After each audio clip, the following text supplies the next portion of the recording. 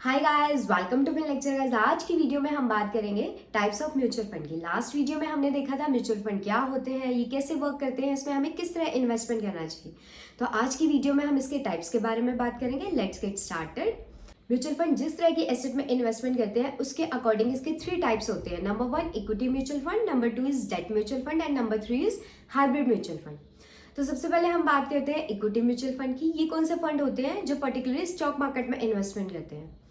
ये भी बहुत तरह के होते हैं, जैसे कि large cap mutual fund, small cap mutual fund, mid cap mutual fund, dividend yield schemes, ELSS, thematic fund. तो सबसे पहले हम बात करते हैं लार्ज कैप फंड की। देखिए गाइस, लार्ज कैप फंड को समझने से पहले हम मार्केट कैपिटलाइजेशन को देख लेते हैं कि ये क्या होता है। मार्केट कैपिटलाइजेशन से बेसिकली कंपनी के साइज का पता लगता है, यानी कि कंपनी छोटी है या बड़ी है। इसके अकॉर्डिंग कंपनी को 3 कैटेगरीज में डिवाइड किया गया है। Number 1 small cap company, number 2 is mid cap company and number 3 is large cap company. So अब हम बात करते हैं लार्ज कैप कंपनीज की। लार्ज कैप कंपनीज बहुत ही बड़ी और वेल एस्टैब्लिश्ड कंपनीज होती है, जिनकी स्टॉक मार्केट में बहुत ज्यादा प्रेजेंस होती है। ऑलमोस्ट सारी लार्ज कैप कंपनीज अपने सेक्टर में लीडर कंपनीज होती हैं। इनके पास अपने बुरे टाइम में सर्वाइव करने के लिए अच्छी खासी फाइनेंशियल स्ट्रेंथ होती है। लार्ज कैप कंपनीज को अगर हम स्मॉल कैप और मिड कैप कंपनीज से कंपेयर करें तो इसमें रिस्क बहुत ही कम रहता है, लेकिन लार्ज कैप कंपनीज पहले से ही ग्रोथ अचीव कर चुकी होती है, इसलिए इनमें ग्रोथ पॉसिबिलिटीज भी लिमिटेड रहती है। टीसीएस, रिलायंस, एलएनटी, ये कुछ लार्ज कंपनीज के एग्जांपल है जिनकी स्टॉक मार्केट में बहुत ज्यादा प्रेजेंस है। अब हम बात करते हैं स्मॉल कैप कंपनीज की। स्मॉल कैप कंपनीज अपने शुरुआती दौर में होती है, इसलिए इसमें ग्रोथ रेट ज्यादा होती है, लेकिन इसमें फेलियर रेट ज्यादा होने के कारण रिस्क भी बहुत ज्यादा होता है। जो म्यूचुअल फंड हमारे स्मॉल कैप कंपनीज में इन्वेस्ट किए जाते हैं उन्हें हम कहते हैं स्मॉल कैप म्यूचुअल फंड। जो म्यूचुअल फंड हम मिड कैप कंपनीज में इन्वेस्ट करते हैं उन्हें हम कहते हैं मिड कैप म्यूचुअल फंड, और लार्ज कैप कंपनीज में इन्वेस्ट किए जाने वाले फंड्स को हम कहते हैं लार्ज कैप म्यूचुअल फंड। तो ये तो हो गए हमारे large cap, mid cap and small cap mutual fund. Equity mutual fund का नेक्स्ट टाइप आता है सेक्टर फंड, जो किसी पर्टिकुलर सेक्टर की कंपनीज में ही इन्वेस्टमेंट करते हैं। For example Reliance media and entertainment fund, ये फंड्स मीडिया एंड एंटरटेनमेंट के सेक्टर में ही इन्वेस्ट किए जाते हैं।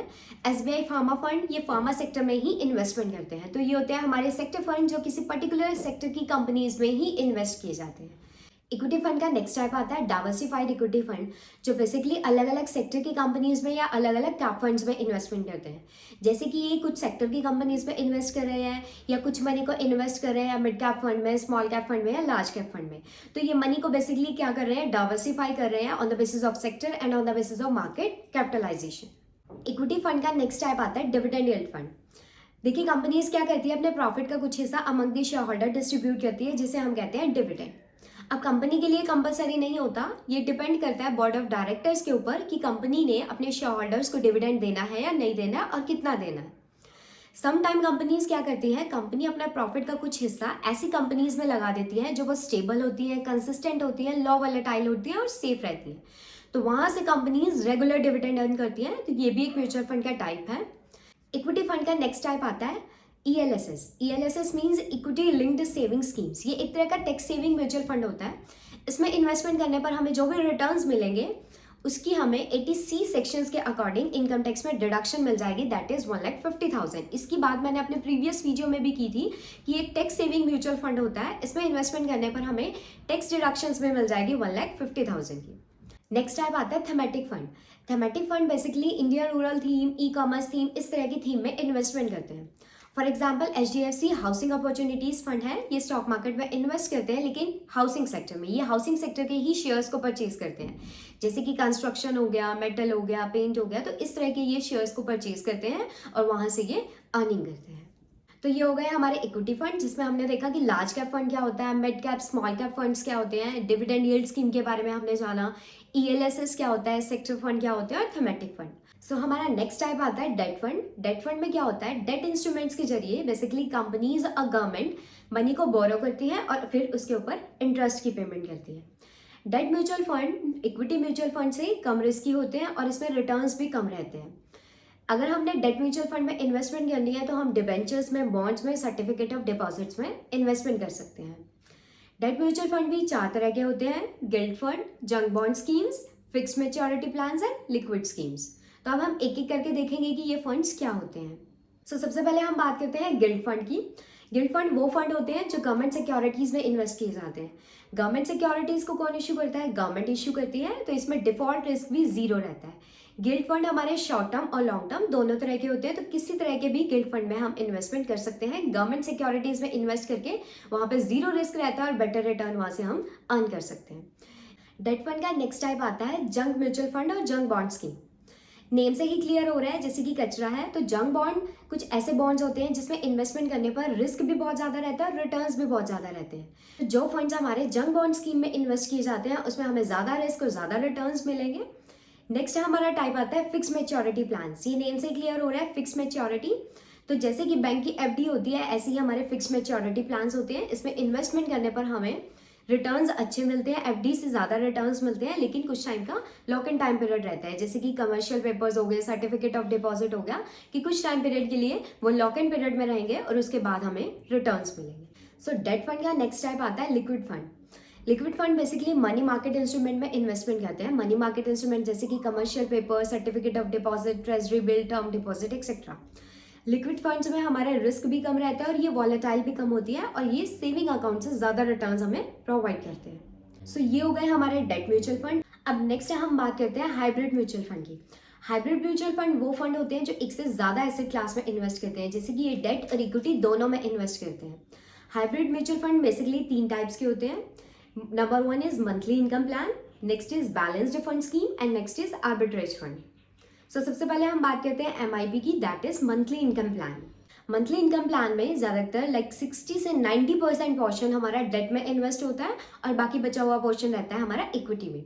तो इसमें रिस्क कम रहता है, लेकिन ये बिल्कुल भी रिस्क फ्री नहीं होते क्योंकि कुछ पोर्शन हमारा इक्विटी में भी इन्वेस्ट है, तो वहाँ पर रिस्क रहेगा ही। ये रिटर्न्स अच्छे प्रोवाइड करते हैं, रिस्क भी इसमें थोड़ा सा रहता है, लेकिन इस तरह के म्यूचुअल फंड हमारे सेफ रहते हैं। सो अब हम नेक्स्ट हाइब्रिड म्यूचुअल फंड की बात करते हैं, that is balanced fund. Balance funds के नेम से जैसे पता लग रहा है कि ये बैलेंस होगा, मतलब 50% हम इक्विटी में इन्वेस्ट करेंगे और 50% हम डेट में इन्वेस्ट करेंगे। ऐसा नहीं है, इसमें ज़्यादा पोर्शन हमारा इक्विटी में इन्वेस्ट होता है, 60 to 80% हमारा पोर्शन इक्विटी में इन्वेस्ट होता है और बाकी बचा हुआ पोर्शन हमारा डेट में इन्वेस्ट होता है। तो इसमें रिस्क ज़्यादा रहता है, लेकिन रिस्क ज़्यादा होने के साथ साथ इसमें रिटर्न्स भी बहुत अच्छे रहते हैं। तो यहाँ पर क्या हो रहा है कि जो इक्विटी है वो अच्छे रिटर्न्स लाने में हमें हेल्प कर रही है और जो डेट इंस्ट्रूमेंट में हमने इन्वेस्टमेंट किया है वो हमारे रिस्क को कम करने में हेल्प कर रहे हैं। तो दोनों का बैलेंस हो जाता है कि रिस्क कम होने के साथ साथ हमें अच्छे रिटर्न्स मिल जाते हैं। तो लास्ट हमारा हाइब्रिड म्यूचुअल फंड आता है आर्बिट्रेज फंड। आर्बिट्रेज फंड के अकॉर्डिंग जैसे किसी शेयर का कैश मार्केट प्राइस और डेरिवेटिव मार्केट प्राइस अलग अलग है, तो वहां से हम आर्बिट्रेज प्रोसेस को फॉलो करते हुए प्रॉफिट अर्न कर सकते हैं। आर्बिट्रेज में बेसिकली इक्विटी में ज़्यादा इन्वेस्ट किया जाता है, 60 to 65% हमारा इक्विटी में इन्वेस्ट किया जाता है, लेकिन आर्बिट्रेज फंड में इन्वेस्ट किया जाने वाला पैसा हमारा सेफ रहता है और वहाँ पे रिटर्न्स भी हमें अच्छे मिलते हैं, एफडी से ज़्यादा रिटर्न्स मिलते हैं। सो ये हो गए हमारे एसेट क्लास के अकॉर्डिंग टाइप्स, जिसमें हमने देखा कि इक्विटी म्यूचुअल फंड क्या होता है, डेट म्यूचुअल फंड क्या होता है, हाइब्रिड म्यूचुअल फंड क्या होता है और इसके क्या क्या टाइप्स होते हैं। सो अब हम बात करते हैं on the basis of structure. Mutual fund 2 types के होते हैं, number 1 open ended fund and number 2 is close ended fund. इसमें एक और टाइप आता है इंटरवल फंड, लेकिन बहुत कम ही म्यूचुअल फंड इंटरवल फंड होते हैं। Number 1 is open ended fund. Open ended fund में इन्वेस्टर्स कभी भी म्यूचुअल फंड को बाय और सेल कर सकते हैं। क्लोज एंडेड फंड में एक टाइम पीरियड के बाद ही आप यूनिट्स को बाय और सेल कर सकते हैं, मतलब जब उसका NFO होता है, न्यू फंडेड ऑफर होता है, तभी आप उसमें इन्वेस्टमेंट कर सकते हो और जब आपने उसे सेल करना है तब तक आपको उसकी मेच्योरिटी का वेट करना होगा। मेच्योरिटी के टाइम पीरियड पर ही आप उसको सेल कर सकते हो, उससे पहले आप उसे सेल नहीं कर सकते। NFO बेसिकली होता है new funded offer. Close ended fund जो हमारे होते हैं वो स्टॉक मार्केट में लिस्टेड होते हैं। अगर आप मेच्योरिटी से पहले अपने फंड्स को सेल करना चाहते हैं तो स्टॉक मार्केट में जो भी लिस्टेड हमारे म्यूचुअल फंड्स होते हैं उसमें आप बाइंग और सेलिंग कर सकते हैं, लेकिन स्टॉक मार्केट में भी इसकी लिक्विडिटी बहुत कम होती है, कम ही बायर्स और सेलर्स क्लोज एंडेड स्कीम्स के अवेलेबल होते हैं, तो इसलिए आपको मेच्योरिटी टाइम पीरियड तक रुकना होगा। इसमें रिटर्न्स अच्छे रहते हैं। ओपन एंडेड फंड की अगर हम बात करें तो इसमें कितने भी यूनिट्स आप बाय और सेल कर सकते हो। वहीं अगर हम क्लोज एंडेड फंड की बात करें तो इसमें कुछ फिक्स्ड ही यूनिट्स रहते हैं जिसमें आप बाइंग और सेलिंग कर सकते हो। तो ओपन एंडेड स्कीम में आप कितने भी फंड्स को बाय और सेल कर सकते हो, परचेज कर सकते हो, उसे सेल कर सकते हो किसी भी टाइम पीरियड पर। वहीं क्लोज एंडेड स्कीम में यूनिट्स भी आपके फिक्स रहते हैं और टाइम पीरियड भी फिक्स रहते हैं कि एक पर्टिकुलर टाइम पीरियड पर ही आप उसे बाय और सेल कर सकते हो। तो ये हो गए on the basis of structure हमारे म्यूचुअल फंड 2 टाइप्स के, open ended fund and close ended fund. So अब हम नेक्स्ट टाइप की बात करते हैं। On the basis of management भी म्यूचुअल फंड 2 टाइप्स के होते हैं। Number 1 actively manage fund and number 2 is passively manage fund. Name से ही क्लियर हो रहा है, जो फंड मैनेजर एक्टिवली मैनेज करेगा फंड्स को, वो देखेगा कि किस स्टॉक्स में इन्वेस्टमेंट करनी है, कौन से शेयर्स बाय करने हैं, कौन से सेल करने हैं, कहाँ से हमें अच्छे रिटर्न्स मिल सकते हैं, वो होते हैं हमारे actively manage fund.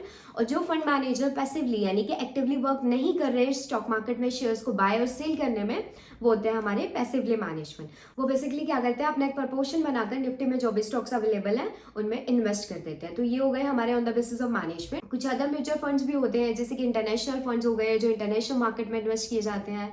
Next is gold fund हो गया जो बेसिकली गोल्ड में इन्वेस्ट करते हैं। रियल एस्टेट म्यूचुअल फंड्स हो गए। तो ये हो गए हमारे म्यूचुअल फंड के टाइप्स। इससे रिलेटेड अगर आपको कोई भी प्रॉब्लम होगी, कुछ भी डाउट होगा, तो आप कमेंट करके पूछ सकते हैं। गाइस, वीडियो को लाइक करना और चैनल को सब्सक्राइब करना मत भूलिएगा। Thank you.